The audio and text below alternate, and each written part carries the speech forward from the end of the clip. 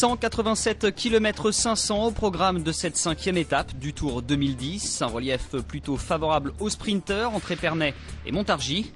3 sprints intermédiaires et 2 côtes de 4e catégorie jalonnent le parcours. L'étape va être lancée dès le départ et 3 hommes vont réussir à fausser compagnie au peloton. L'Espagnol José Ivan Gutiérrez de la Caisse d'Épargne, le Belge Jürgen Van de Waal de la Quick Step, enfin le Français Julien Elfares de l'équipe Cofidis. Ce trio ne s'envole pas mais réussit tout de même à porter l'écart autour de 1,45 et c'est Ivan Gutiérrez qui passe en tête au sommet de la côte d'Orbay-l'Abbaye. L'écart entre les échappés et le peloton va alors s'accroître rapidement jusqu'à atteindre près de 8 minutes.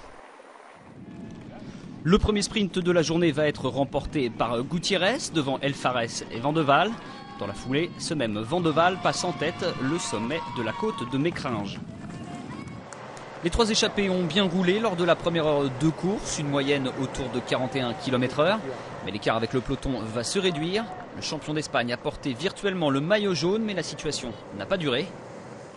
Les équipes de sprinters HTC Columbia en tête n'ont apparemment pas l'intention de laisser cette 5e étape aux échappés. Après 126 km de course, le trio n'a plus que 3 minutes d'avance. Et au deuxième sprint de la journée, Elfares passe en tête devant Van de Waal et Gutiérrez. Mais les échappés se font manger petit à petit, d'autant que les Lamprey commencent à participer à la poursuite. Le spectacle est plus dans les beaux paysages que dans la physionomie de la course, même si les échappés peuvent encore nourrir un mince espoir. Au kilomètre 129, leur avance est toujours d'1 minute 40.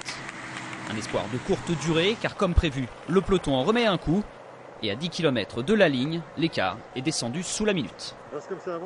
À 7 km de l'arrivée, Gutiérrez fausse compagnie à Van de Waal et à Elfares. Gutiérrez a beaucoup travaillé aujourd'hui, étant un baroud d'honneur, mais le morceau est un peu trop gros, même pour un Espagnol. En tout cas, il aura montré son maillot distinctif.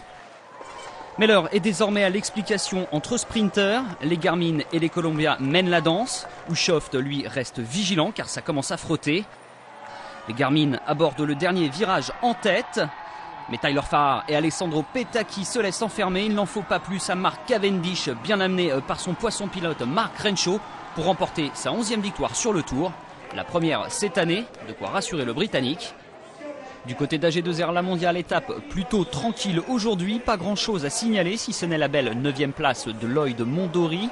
Nicolas Roche termine bien également dans les 15 premiers. En revanche, Dimitri Champion perd 34 secondes. Rinaldo Nocentini termine à 2 minutes 27. Enfin, Maxime Bouet perd lui près de 3 minutes 30 sur le vainqueur du jour.